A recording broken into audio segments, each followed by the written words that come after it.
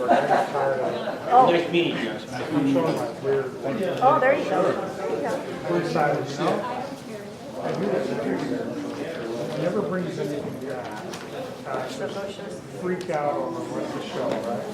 So this year I said, I'm just going to show what I've been shooting. Good for you. You were with me. Which is selfies or pictures of that. That's right. Okay, let's get started. It's about 6:30. Welcome. If you don't know me, my name is Gary Darcy. I'm with the Homeowners Association. Tonight we are here to discuss an experimental treatment proposed to Lake Lorraine.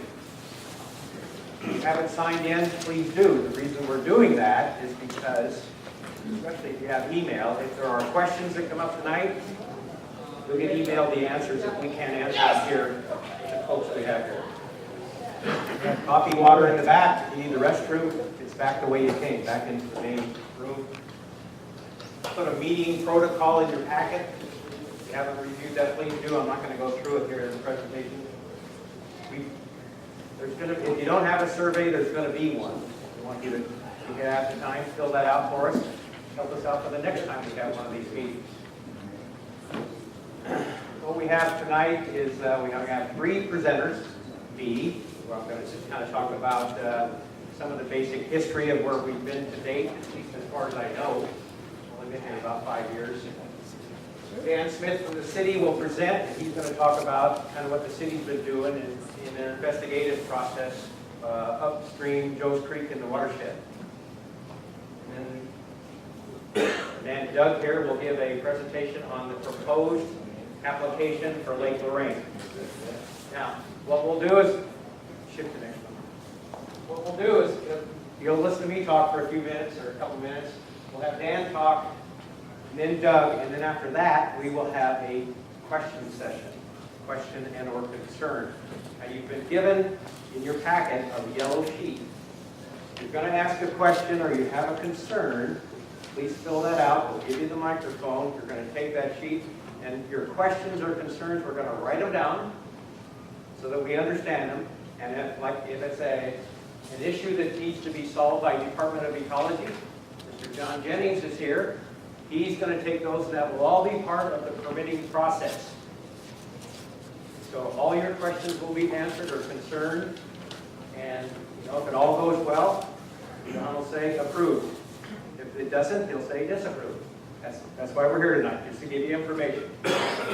Also here tonight is Will Appleton and Isaac Conlon of the city managers that are here helping us out tonight. Any questions before I go on? Understand the question and concern process. Okay, next. Probably hard to read here, but next. That's what's in there. I wrote a little history, and where I got this was, before I got on the board 5 years ago or 4 years ago, whatever it was, the people before me had a big old booklet of notes of stuff that had happened on not only Lake Lorraine, but Ponce and the park and all this other stuff. So I went through that to try to get as much information out of the history as I could. And it really only goes back to 2003. And that's kind of what I've written here. In 2003, HOA hired a consultant, and the guy did a thorough review of everything. And that thing's called the Herrera Report. And that's available if somebody needs, not tonight, but if you need it, just contact me and I'll show it to you. But it's about a 50-page document that talks about both Lorraine and Ponce. And it goes through all this stuff about what you have and what you should be doing to correct some of these problems you have, which at the time was algae and aquatic plants. Plants were growing to the surface. And, anyway, so and also in that time period, there were some new governmental regulations that required, for example, the HOA to kind of come up with a water quality monitoring program, and then the purpose of this was to figure out where phosphorus is coming from. Now, if you've been getting my emails, I've been trying to educate you, as much as I know anyway, about phosphorus. Phosphorus is the bad stuff that gives us all the algae. So if we can eliminate it, so many other people would like to eliminate it in all the other lakes in the world. I mean, it's almost like solving world hunger, it sounds like. like. Anyway, so they wrote this report. It doesn't appear that we, the HOA, did much with it. We may have, and I just don't have the history. I noticed some notes in 2005, several homeowners were starting to complain about the condition of Lake Lorraine. If you were one of them right now.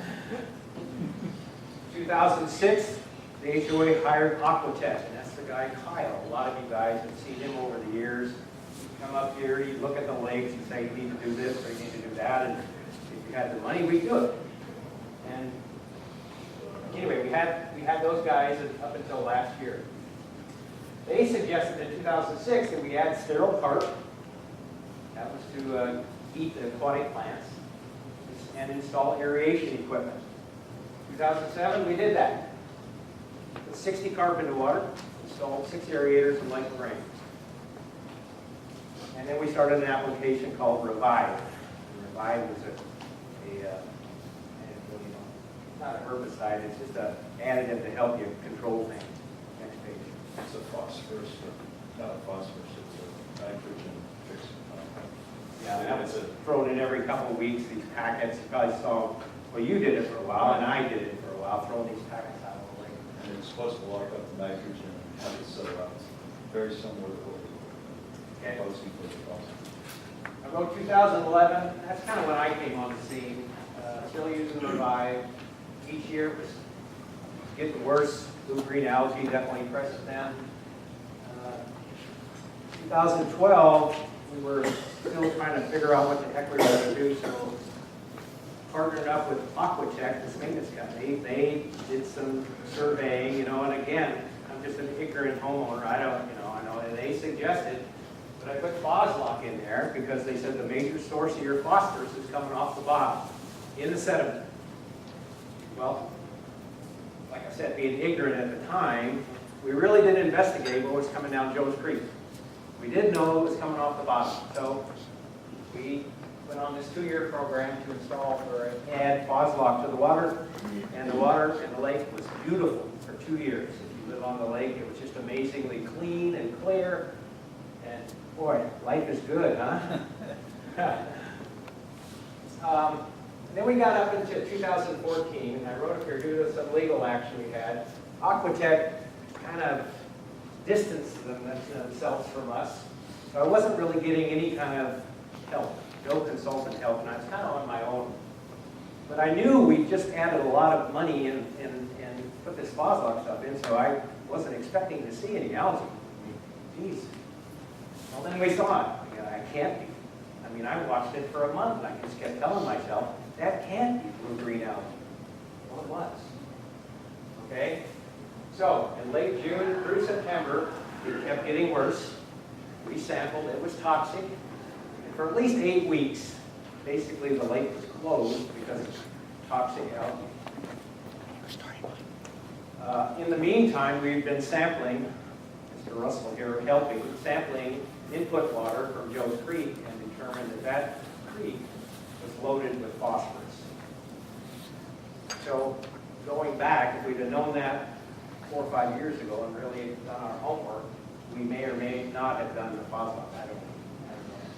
So anyway, God sampling Joe's Creek have decided or determined that phosphorus input from that creek is substantial. We've now partnered with the city. The city was here in September. September gave a presentation if you were here. And they're off on a plan to try to determine where this phosphorus is coming from, if possible.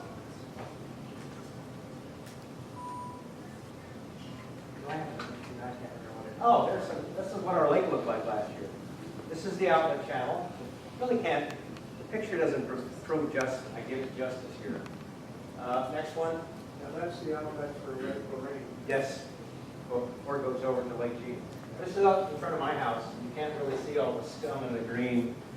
And the next picture is at the west end. This is where Joe's Creek comes out from here. And that's really green. Anyway, that's the history as I know it. Now we are off to try to come up with some other ways to battle this phosphorus. Obviously, it's going to take the city probably quite a while to figure out, you know, if there's just a one-point source or it's just nature or what the heck it is. Any questions for me before I jump? Yeah, Bobby? Whenever you applied the water treatment to the lake, in the newspaper, it indicated that our lake was the second lake in the area that was treated with that product. Do you know any of the history about the other lake that was treated with Boswell? phosphate? I'm thinking we were the first and the only one in the state so far. Yeah, that's correct. John, yeah. Springs was the only lake treated with phosphate. In the state of Washington. Yes, in Washington. Okay, want to load up hands?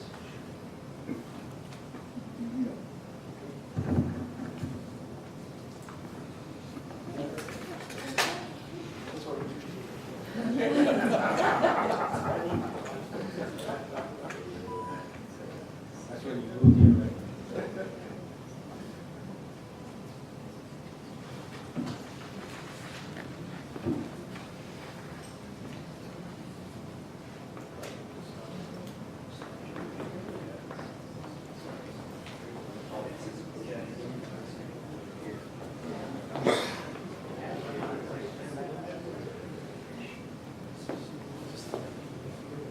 Hey, Claire? Claire, how'd you get on? Can you hear me okay?